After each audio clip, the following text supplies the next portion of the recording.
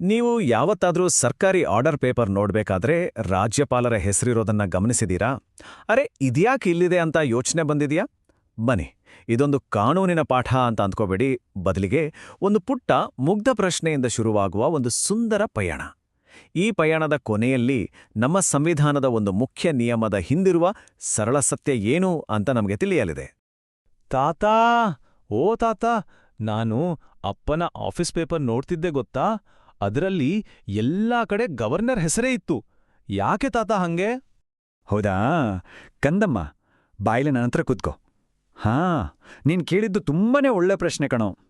ಅಷ್ಟು ದೊಡ್ಡ ರಾಜ್ಯದ ಕಥೆಯನ್ನ ಅರ್ಥ ಮಾಡ್ಕೋಬೇಕಾದ್ರೆ ಮೊದಲು ನಾವು ನಮ್ಮ ಪುಟ್ಟ ಮನೆಯ ಕಥೆಯನ್ನೇ ನೋಡ್ಬೇಕು.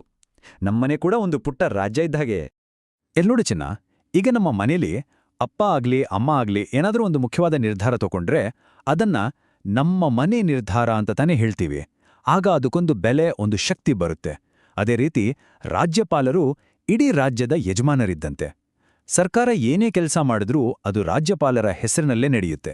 ಆಗ ಅದು ಒಬ್ಬ ಮಂತ್ರಿಯ ವೈಯಕ್ತಿಕ ನಿರ್ಧಾರ ಆಗೋದಿಲ್ಲ, ಬದಲಿಗೆ ಇಡೀ ರಾಜ್ಯದ ಸರ್ಕಾರದ ಅಧಿಕೃತ ನಿರ್ಧಾರ ಅಂತ ಎಲ್ಲರಿಗೂ ಗೊತ್ತಾಗತ್ತೆ. ನೋಡಿದ್ರಲ್ಲ, ಅಜ್ಜ ಎಷ್ಟು ಸುಲಭವಾಗಿ ಹೇಳಿದ್ರು.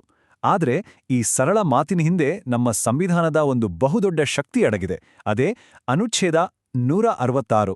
ಈ ಅನುಚ್ಛೇದ ಇಡೀ ಸರ್ಕಾರ ಒಂದೇ ಕುಟುಂಬದಂತೆ ಒಂದೇ ಧ್ವನಿಯಲ್ಲಿ ಮಾತನಾಡಬೇಕು ಅಂತ ಹೇಳುತ್ತೆ.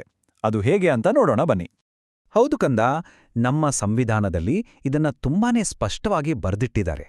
ಏನಂತ ಗೊತ್ತಾ? ರಾಜ್ಯ ಸರ್ಕಾರದ ಕಾರ್ಯಾಂಗದ ಸಮಸ್ತ ಕಾರ್ಯವೂ ರಾಜ್ಯಪಾಲರ ಹೆಸರಿನಲ್ಲಿ ನಡೆಯುತ್ತದೆಂದು ವ್ಯಕ್ತವಾಗತಕ್ಕದ್ದು ಅಂತ. ಈ ಒಂದೇ ಒಂದು ಸಣ್ಣ ಲೈನ್ ಇದೆಯಲ್ಲ, ಇದು ಸರ್ಕಾರದಲ್ಲಿ ಯಾವುದೇ ಗೊಂದಲ, ಯಾವುದೇ ಭಿನ್ನಾಭಿಪ್ರಾಯಗಳು ಬರದ ಹಾಗೆ ನೋಡ್ಕೊಳ್ಳುತ್ತೆ. ಎಲ್ಲರೂ ಒಗ್ಗಟ್ಟಾಗಿ ಕೆಲಸ ಮಾಡೋಕ್ಕೆ ಸಹಾಯ ಮಾಡುತ್ತೆ. ಸರಿ, ಹಾಗಾದ್ರೆ ಒಂದು ಆದೇಶ ಬಂದಾಗ ಅದು ನಿಜವಾಗ್ಲೂ ಸರ್ಕಾರದ್ದೇನಾ ಅಂತ ನಂಬೋದು ಹೇಗೆ? ಯಾಕೆಂದ್ರೆ ಯಾರ್ದೇಕಾದ್ರೂ ಒಂದು ಪೇಪರ್ ತಂದು ಇದು ಸರ್ಕಾರದ ಆದೇಶ ಅಂತ ಹೇಳ್ಬಿಡ್ಬೋದಲ್ವಾ? ಇಲ್ಲ, ಹಾಗಾಗಲ್ಲ. ಅದಕ್ಕೊಂದು ಅಧಿಕೃತ ಮುದ್ರೆ ಬೇಕೇ ಬೇಕು. ಇದು ನಮ್ಮ ಮನೆಯ ಯಜಮಾನ್ರು ಒಂದು ಮುಖ್ಯವಾದ ಪತ್ರಕ್ಕೆ ತಮ್ಮ ಸಹಿ ಹಾಕಿದಷ್ಟೇ ಶಕ್ತಿಯುತವಾದದ್ದು. ಅಧಿಪ್ರಮಾಣನ ಅಪ್ಪ, ಎಂಥ ದೊಡ್ಡ ಪದ ಅಲ್ವಾ? ಆದ್ರೆ ಅದಕ್ಕೆಲ್ಲ ಹೆದರ್ಕೋಬೇಡ ಕಂದ, ತುಂಬಾ ಸುಲಭವಾಗಿ ಹೇಳ್ತೀನಿ ಕೇಳು. ಈಗ ನಿನ್ನ ಸ್ಕೂಲ್ ರಿಪೋರ್ಟ್ ಕಾರ್ಡ್ ಇದೆಯಲ್ಲ, ಅದರ ಮೇಲೆ ಪ್ರಿನ್ಸಿಪಲ್ ಸೈನ್ ಹಾಕಿದ್ಮೇಲೆ ತಾನೇ ಅದು ಅಸ್ಲಿ ಅಂತ ಲೆಕ್ಕ. ಹಾಗೆಯೇ ಸರ್ಕಾರದ ಆದೇಶದ ಮೇಲೆ ಒಂದು ಅಧಿಕೃತ ಮುದ್ರೆ ಬಿದ್ದಾಗ ಅದು ನೈಜವಾದದ್ದು ಅಂತ ಸಾಬೀತಾಗುತ್ತೆ. ಆಮೇಲೆ ಅದನ್ನು ಯಾರೂ ಪ್ರಶ್ನೆ ಮಾಡೋಕ್ಕೆ ಆಗೋದಿಲ್ಲ. ಅಜ್ಜನ ಧ್ವನಿ, ಈ ನಿಯಮಕ್ಕೆ ಎಷ್ಟು ಶಕ್ತಿ ಇದೆ ಗೊತ್ತಾ? ಒಮ್ಮೆ ಆ ಅಧಿಕೃತ ಮುದ್ರೆ ಬಿದ್ದು ಹೋಯ್ತು ಅಂದ್ರೆ ಛೆ, ಇದನ್ನ ರಾಜ್ಯಪಾಲರೇ ಮಾಡಿಲ್ಲ ಅಂತ ಹೇಳಿ ಯಾರೂ ಕೋರ್ಟ್ನಲ್ಲಿ ಪ್ರಶ್ನೆ ಮಾಡೋ ಹಾಗಿಲ್ಲ. ಯಾಕೆ ಗೊತ್ತಾ? ಸರ್ಕಾರದ ಕೆಲಸಗಳು ಸಣ್ಣಪುಟ್ಟ ಕಾರಣಕ್ಕೆಲ್ಲ ನಿಂತು ಹೋಗ್ಬಾರ್ದಲ್ವಾ? ಅದಕ್ಕೋಸ್ಕರನೇ ಈ ವ್ಯವಸ್ಥೆ. ಅಯ್ಯೋ ತಾತ, ಹಾಗಾದ್ರೆ ಇಷ್ಟೊಂದು ಕೆಲ್ಸನ ಗವರ್ನರ್ ಒಬ್ರೇನ ಮಾಡೋದು? ಪಾಪ, ಅವರಿಗೆ ಸುಸ್ತಾಗಲ್ವಾ? ಆಹಾ, ಇಲ್ಲ ಕಂದ, ಇಲ್ಲ. ಒಬ್ರೇ ಇಷ್ಟೆಲ್ಲ ಕೆಲಸ ಮಾಡಕ್ಕಾಗುತ್ತಾ? ನಮ್ಮನೇಲೇ ನೋಡೆ, ಅಮ್ಮ ಅಡುಗೆ ಮಾಡ್ತಾರೆ, ಅಪ್ಪ ಹೊರಗಿನ ಕೆಲಸ ನೋಡ್ಕೋತಾರೆ, ನೀನು ನಿನ್ನ ಆಟದ ಸಾಮಾನನ್ನ ನೀಟಾಗಿ ಎತ್ತಿಡ್ತೀಯ. ಹೀಗೆ ಎಲ್ರೂ ಕೆಲಸ ಹಂಚ್ಕೊಂಡ್ರೆ ತಾನೇ ಮನೆ ಚೆನ್ನಾಗಿರೋದು. ಅದೇ ಥರ ರಾಜ್ಯಪಾಲರು ಕೂಡ ಸರ್ಕಾರದ ದೊಡ್ಡೊಡ್ಡ ಕೆಲಸಗಳನ್ನ ಬೇರೆ ಬೇರೆ ಮಂತ್ರಿಗಳಿಗೆ ಹಂಚ್ಬಿಡ್ತಾರೆ. ಅದಕ್ಕಂತಾನೇ ಕೆಲವು ನಿಯಮಗಳನ್ನ ಮಾಡಿರ್ತಾರೆ. ಆಗ ಎಲ್ಲ ಕೆಲಸನೂ ಸುಲಭವಾಗಿ ಬೇಗ ಬೇಗ ಆಗುತ್ತೆ.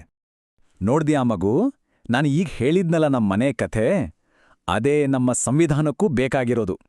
ಸರ್ಕಾರದ ಕೆಲಸ ಸುಲಭವಾಗಿ, ಅನುಕೂಲಕರವಾಗಿ ನಡೀಬೇಕು ಅಂದ್ರೆ ರಾಜ್ಯಪಾಲರು ಮಂತ್ರಿಗಳಿಗೆ ಕೆಲಸ ಹಂಚ್ಕೊಳ್ಳೋಕೆ ನಿಯಮಗಳನ್ನ ಮಾಡಬೇಕು ಅಂತ ನಮ್ಮ ಸಂವಿಧಾನದಲ್ಲೇ ಬರೆದಿದೆ. ಅಂದ್ರೆ ಎಲ್ಲರೂ ಒಟ್ಟಾಗಿ ಜವಾಬ್ದಾರಿಯಿಂದ ಕೆಲಸ ಮಾಡಬೇಕು ಅನ್ನೋದೇ ಇದರ ಮುಖ್ಯ ಉದ್ದೇಶ. ಕೇಳೋಕೆ ಇವೆಲ್ಲ ತುಂಬಾ ಸರಳವಾದ ನಿಯಮಗಳು ಅಂತ ಅನ್ಸ್ಬಹುದು. ಆದರೆ ಒಂದು ಒಳ್ಳೆಯ ಜವಾಬ್ದಾರಿಯುತ ಸರ್ಕಾರದ ಅಡಿಪಾಯನೇ ಈ ನಿಯಮಗಳು. ಇದು ಬರೀ ಒಬ್ಬ ವ್ಯಕ್ತಿಯ ಹೆಸರು ಅಥವಾ ಅವರ ಸಹಿಯ ಬಗ್ಗೆ ಅಲ್ಲ, ಬದಲಿಗೆ ಇದು ಒಂದು ಇಡೀ ವ್ಯವಸ್ಥೆಯ ಶಿಸ್ತು, ನಮ್ಮ ರಾಜ್ಯದ ಭವಿಷ್ಯ.